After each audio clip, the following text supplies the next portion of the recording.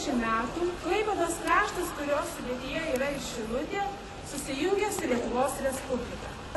Patriotiškai nusiteikę šio krašto žmonės kartu su broliais iš Didžiosios Lietuvos dalyvavo sukilime.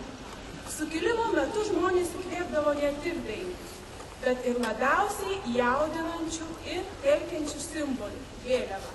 Ir šiandien šalia gražiai ir iškilmingai plevėsuojančios Lietuvos trispalvės iškelkime istorinę Mažosios Lietuvos vėliavą.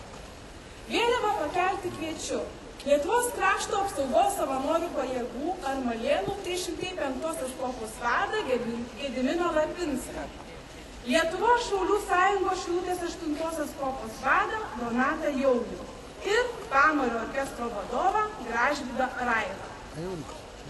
Pagarba